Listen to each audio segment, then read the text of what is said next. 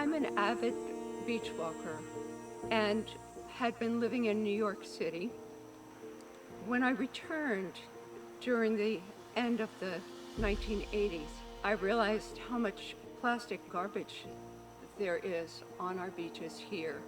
I had seen a bit of that on Long Island, but hadn't really realized that the plastic problem had come onto the Cape and our waters around the Cape.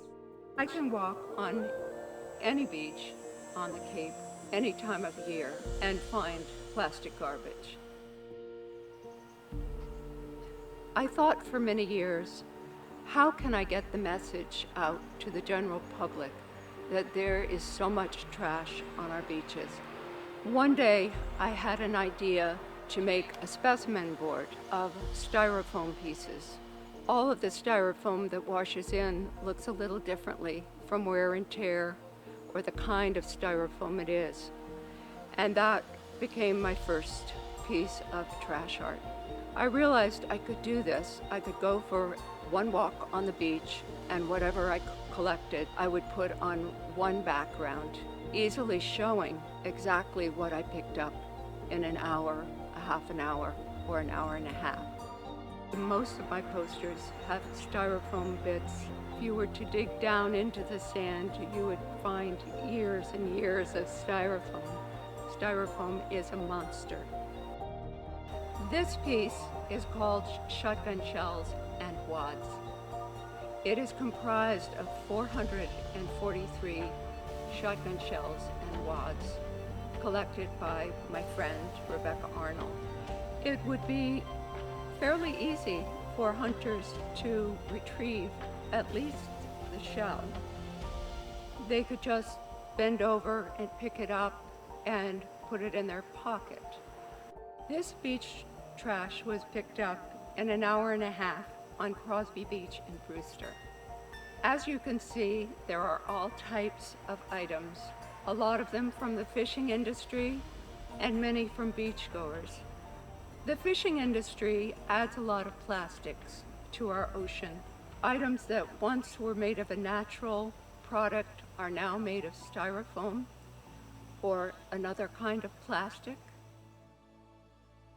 Both the lobster industry and the oyster industry use a lot of plastic.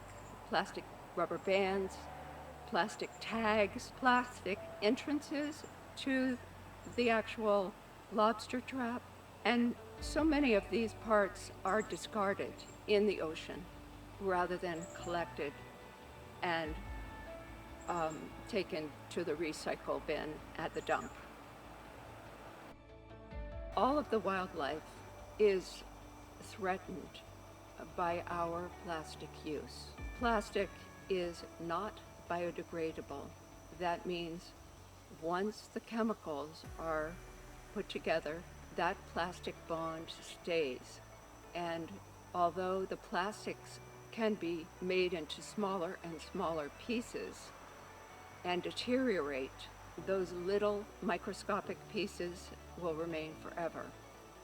If we put our plastic trash in a landfill without sunlight, that trash is apt to be there intact.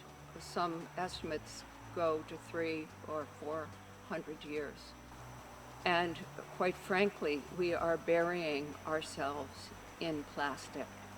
Every animal on the earth also has to deal with our plastic trash.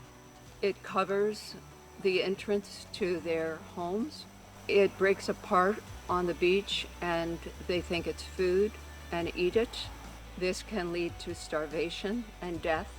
Many animals are entangled by the garbage, whether it be rope or string. The only thing that we as humans can do to help this situation is to stop using plastics.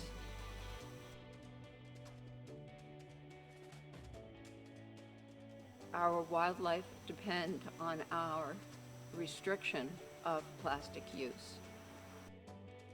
My posters are meant to stimulate conversation. Hopefully that conversation will lead to what can I do? What can we do? What can my town do? How can I change my behavior? Reducing plastic use is the number one thing that you can do. Talk to the manufacturers. Talk to your shop owners. Let them know that you would prefer a non-plastic alternative to whatever it is that you are purchasing. Let them know that the packaging is not necessary.